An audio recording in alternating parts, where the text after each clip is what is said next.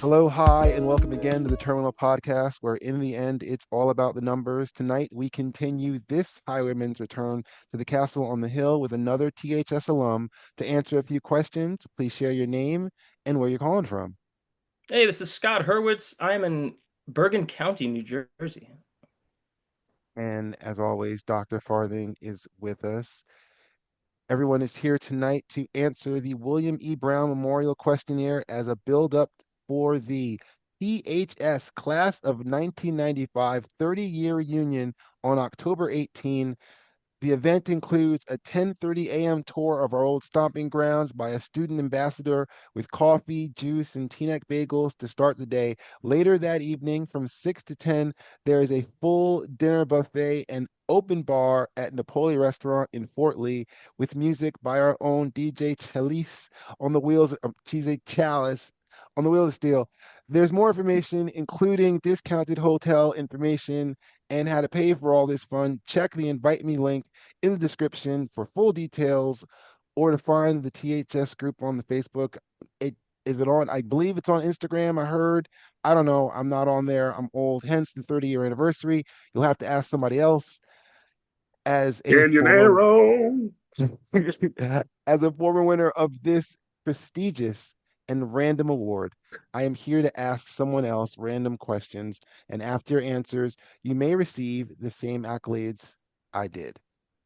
Scott, are you ready? Yeah, let's do this. Question one. Do you still think and or say you're from New Jersey? I do. I do. Yeah. You're in Jersey now, but In Jersey right now. Lived in New York City for over 20 years. So, but I think I still told people I was if I was in New York, I still think I told people I was from New Jersey. But maybe if I was like out of the country or something, then you just say New York. okay. Question two. He's never lost his Teaneck roots. He never has. Question two. What was your favorite mall growing up? I'm kind of in the minority on this one. And there was a thing that we used to take. Chris knows about this. It was called double lunch. And we Mhm. would go to Paramus Park and we would go Okay. to the homophobic chicken restaurant and get food from them. They had really good stuff. And then maybe a funnel cake. Uh, and then head back to the school. Yeah, Paramus Park is my long-winded answer. So, Martin, what's really funny about that, his answer, is I text Dan after I watched this episode and I go, is it wrong that I could have answered all your questions for you and got the right answer? Like, and when you asked this question, Scott, I knew 100% it was about Chick-fil-A at Paramus Park. Because it was, again, to people listening, 30 years ago in New Jersey, it was the only Chick-fil-A within a 600-mile radius. Yeah. So Yeah. it was like something unique. Now there's a Chick-fil-A around every corner, but I'm where Chick-fil-A started, so the right. good But chicken's Martin, right up the street. there's three Chick-fil-A's on the I know highway I on Route 4 and 2 on Route 17 in New I know. I know the chicken is finding its way across the country. Jersey. Question three. Have you ever used advanced math, pre-calculus, trigonometry since high school? Not on purpose.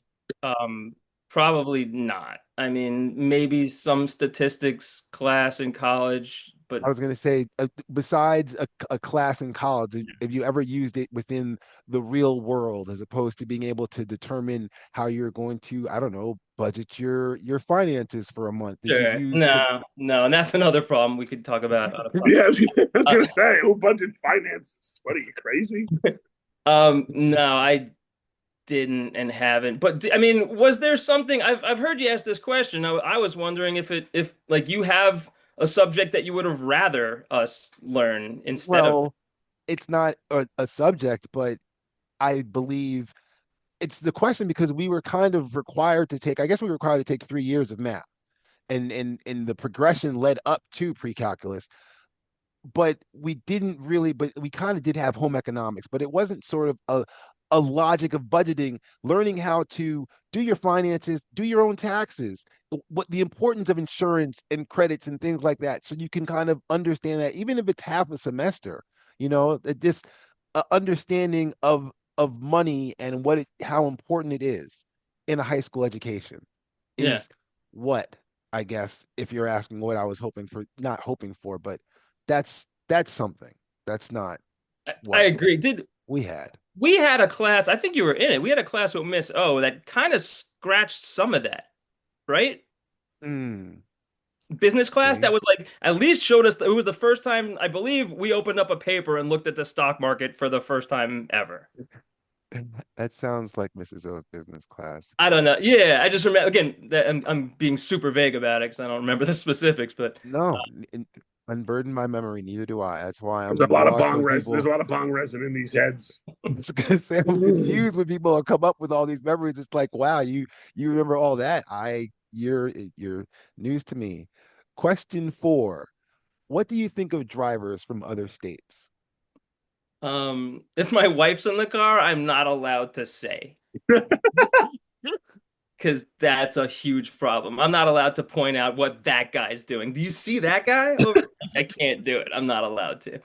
So anywhere, yeah. I mean, I think the point of this question also was like, yeah, New Jersey and New York, if you can make it here, if you can drive on our highways, you can do it. So Good there's no line. You should put that in a song.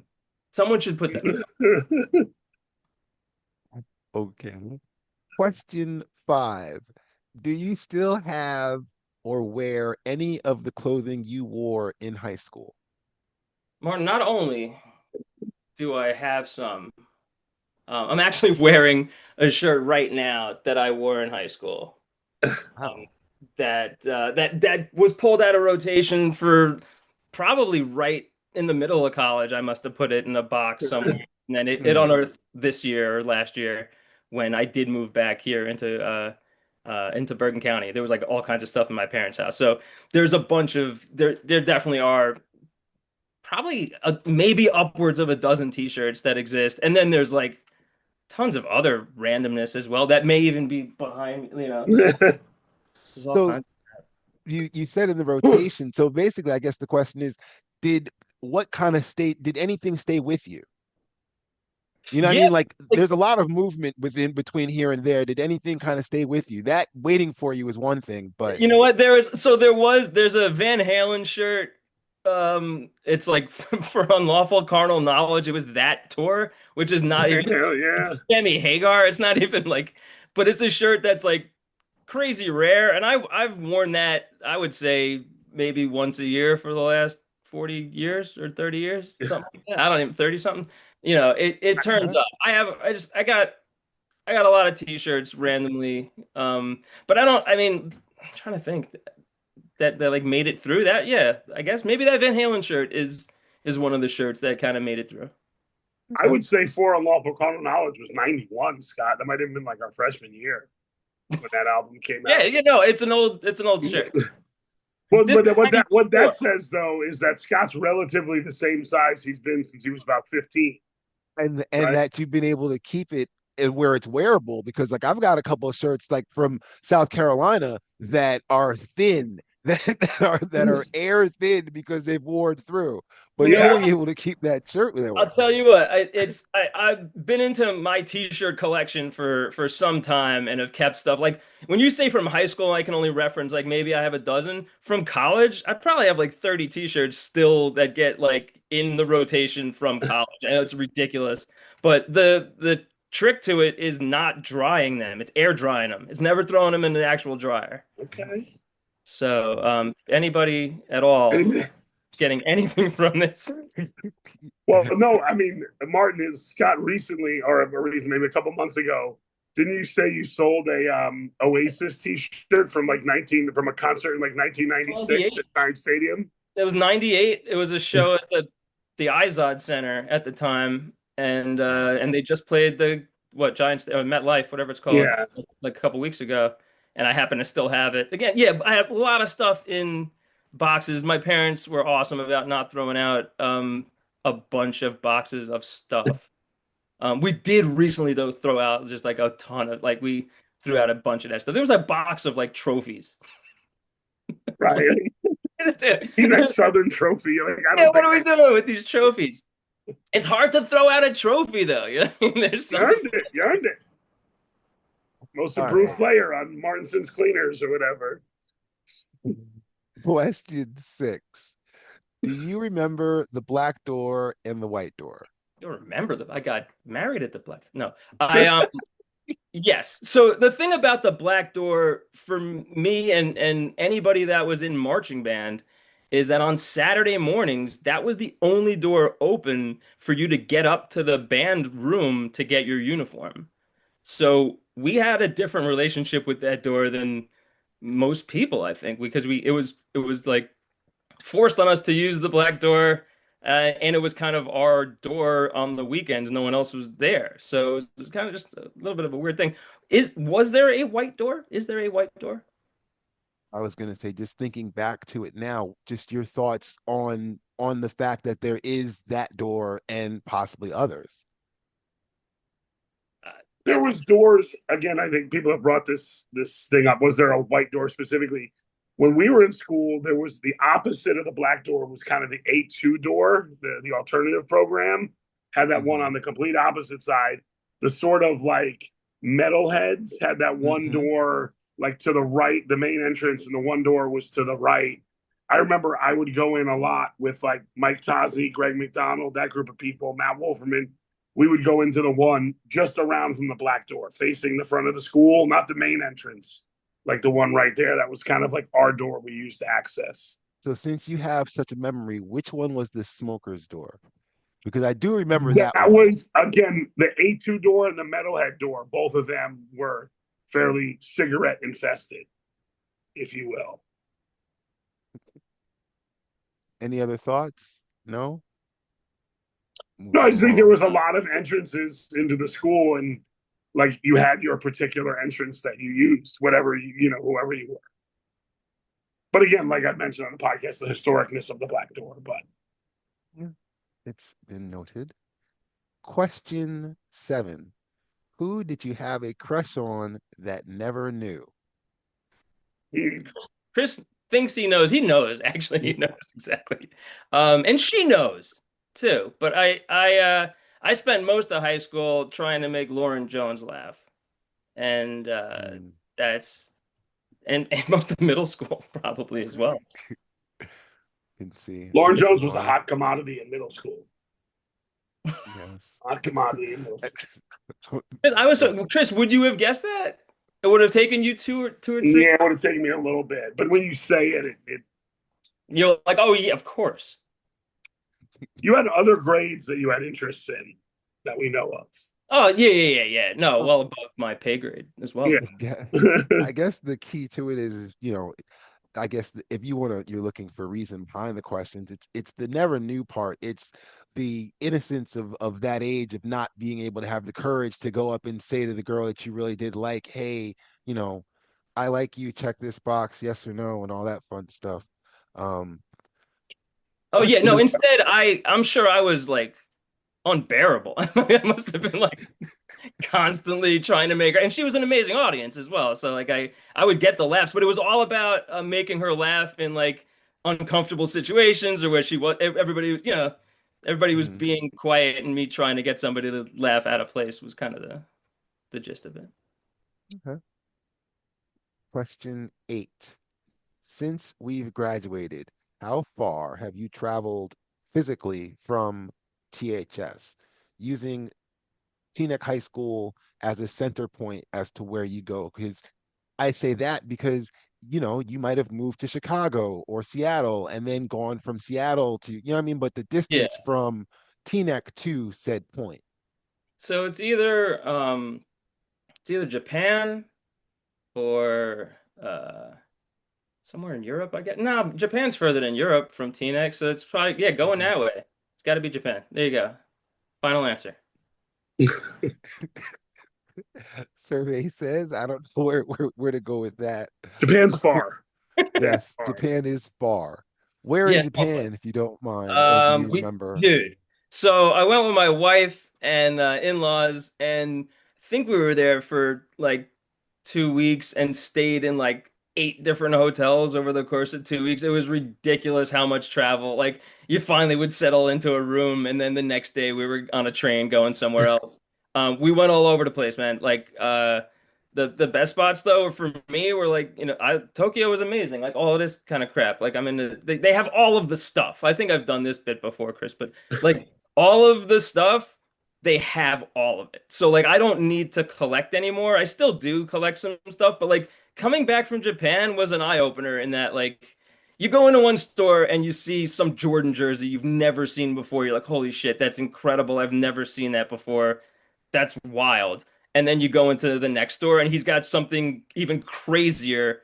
And I don't know how else to describe it, but it's like weeks and weeks worth of stores that like all of the stuff. Like so I guess when I came away from it, I was like, yeah, I don't really need to collect anymore. We could just come back here to like this spot, Nagano, Japan, which is just or Nagano Broadway, which is just this giant mall of all toy stores, and it's all collectible stuff, and like Shibuya is all crazy vintage stuff. It's wild, man. Yeah, wasting 20 minutes talking about Japan. No, that's great.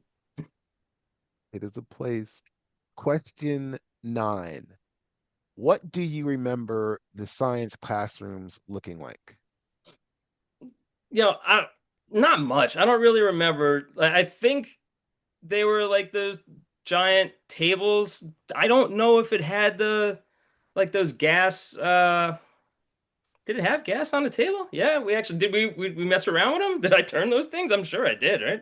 I must have. Uh, So yeah, I guess I kind of remember, yeah, I kind of then remember like big black slab table with the with You, you, some you metal coming out. mentioned you mentioned a child, an offspring. Have you been to your youth science classroom? Have you visited the school yet to see what their classrooms look like? Yeah, he's still too young for like a proper Okay. like a science lab. So it's just their classrooms are just like our elementary school that we all went together actually, the three of us. Since kindergarten. That's some crazy stuff too. That like we went to kindergarten together. Um Yeah. that's wild. Anyway, yeah, so the those rooms are yeah, pretty basic, small chairs and they kind of have and his the room he has actually is kind of a Tetris layout where like the tables are set up a little bit Minecrafty, if that's a thing. nice. But I do have I have a thing. Jared brought up a story on this podcast that he embellished a little bit, but there definitely is truth to this story. And so was Mr. Shaw, was that in high school or was that middle school, this Middle story? school, eighth grade. Okay, because Yeah. I could not remember the teacher at all, but I did remember like, and I did not have that memory of what he said happening, but like I absolutely did that. I absolutely like snipped the VHS tape. I must have. I think I remember like knowing where they were, and that guy just leaned on playing tapes. And I think like Jared and I had talked about like this dude can't teach. What if he doesn't have his tapes? What's he gonna do? And so um really wasn't cool what I did, but yeah, absolutely snipped. I believe one or two tapes and drove the dude. I don't know how we made it through that class because we were definitely laughing when he When he put tried to those put tapes on. He lost his mind. He lost his mind. And actually, so that brought up another if you got time for another prank story that involves Feel Jared as well. free. And I'm glad he threw me out like by full I was gonna say. first and last name. Like he couldn't have just give we him your couldn't have like, address. look, man, I wonder if Exactly. Isaacson did that. Like he couldn't have left any kind of question at all. Um, but this was something that at Jared's house, we would go for lunch. We would eat lunch at Jared's house. He was like 5 houses away from the school. And Right down the street. yeah, It's right right down Red down the Road. street. Yep. Yeah. And we would make prank phone calls. We were big Jerky Boys fans at the time, Yes. so we would make prank phone calls, but we also would just kind of do stupid stuff. Like at the time, this product Rogaine was hitting the scene, and they were showing lots and lots of commercials. I don't know if you remember this commercial, but you could order a kit, like a free test kit or something, like there was a free sample kit or whatever it was, and it was like a whole big thing and we ordered one to be delivered to the school for Mr. Gruber, a dude that was clearly losing his hair, and would not be a cool thing to have that show up in the teacher's lounge under his name. And similar to the way Chris is looking at me, like he did not take well to it. No.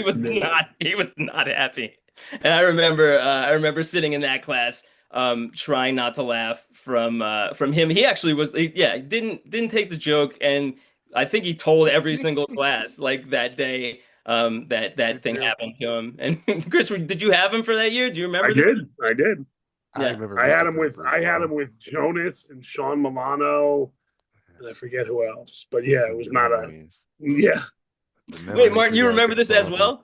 No, I remember Mr. Gruber, and that's Yeah. about it. Everything else after that is, yeah, no.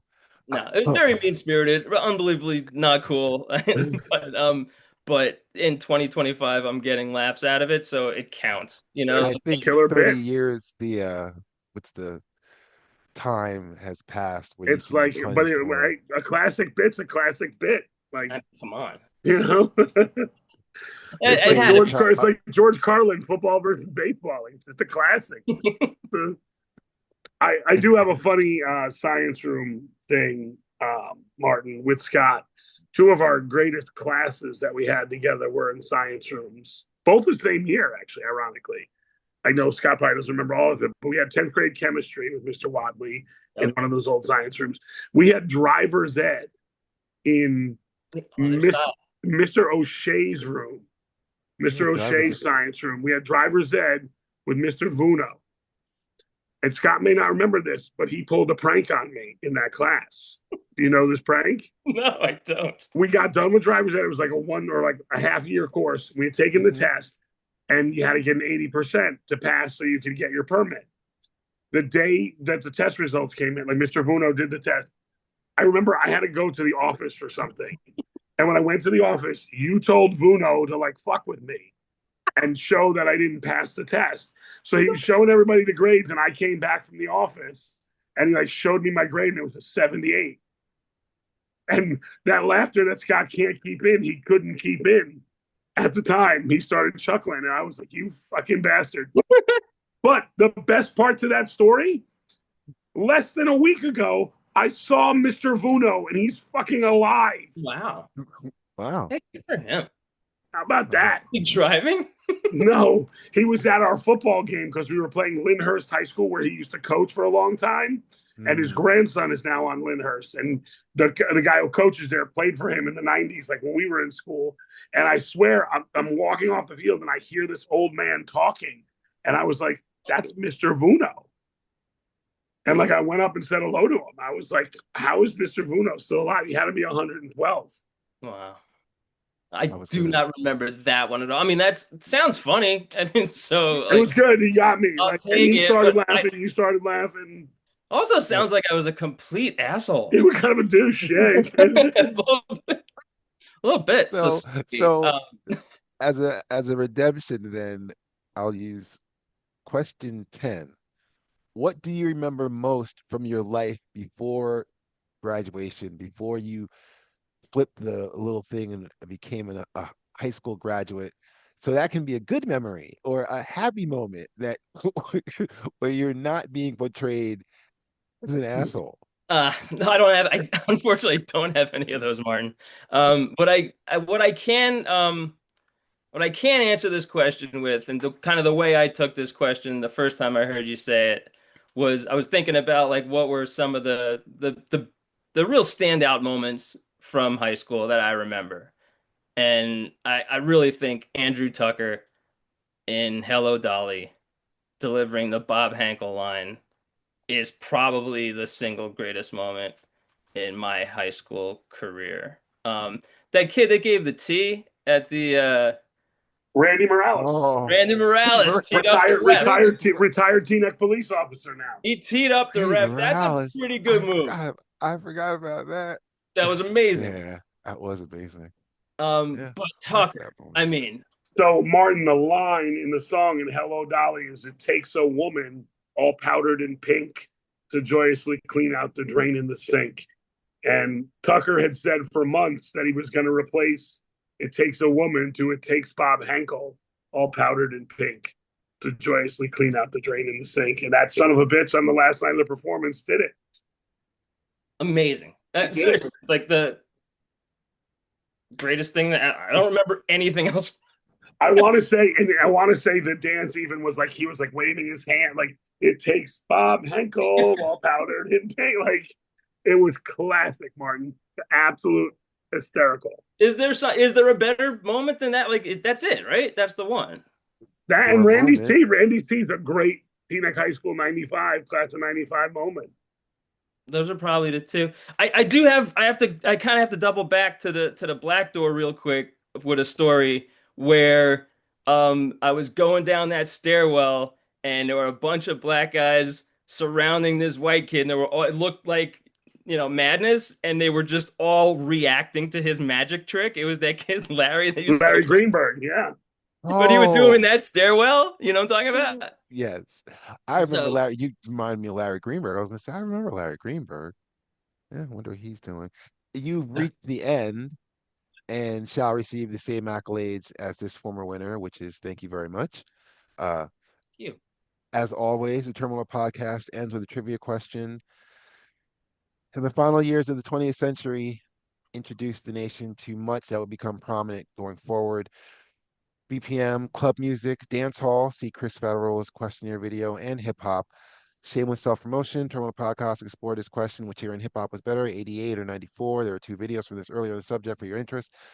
I've always had a little interest in professional basketball, but during my time at THS, the New Jersey Nets garnered my attention for a moment. That moment coincided with a trio of stars coming together. I see one of them above your shoulder, I believe. Derek Coleman was a star at Syracuse and the overall #1 pick in the 1990 draft. Kenny Anderson was from Queens.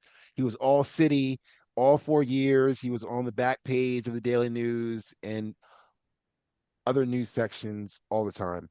And then Drazen Petrovic arrived, and there was a dream. You could only whisper it. Anything more than whispering it would vanish. It was so fragile. No Marcus Aurelius, not Rome, but the Nets in the Meadowlands, bringing pride to northern New Jersey. Don't forget, we're not that far removed from Mayor Ed Koch telling the New York Giants after their '86 Super Bowl title that they were a Jersey team now and couldn't celebrate in the Canyon of Heroes like the traditional ticker tape parade. Petrovic helped the Nets reach the playoffs in both of his 2 seasons, scoring a career playoff high 40 points against the Cleveland Cavs in '92. A year later, he didn't receive an invite to the All-Star game when it actually meant something, but he was named to the '93 All-NBA third team. Then a car accident in Germany ended everything for a man posthumously inducted into the FIBA Hall of Fame, the FIBA, which is the international, considered one of the best European players of all time, and has his #3 hanging in the rafters. I'm not sure if that went from uh, the Meadowlands to Brooklyn, It's there. but the number the number I'm looking for, unfortunately, will never change. How many points per game did Drazen Petrovic average during his 3-year career as a net? So only as a net.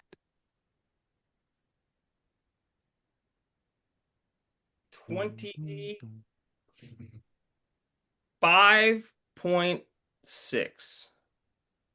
25.6. Can I get an answer? I want to see what You can Chris. take it. Go ahead. I'm gonna say like 21-3. I believe he averaged in the teens the 1 year with the Nets, maybe his first year.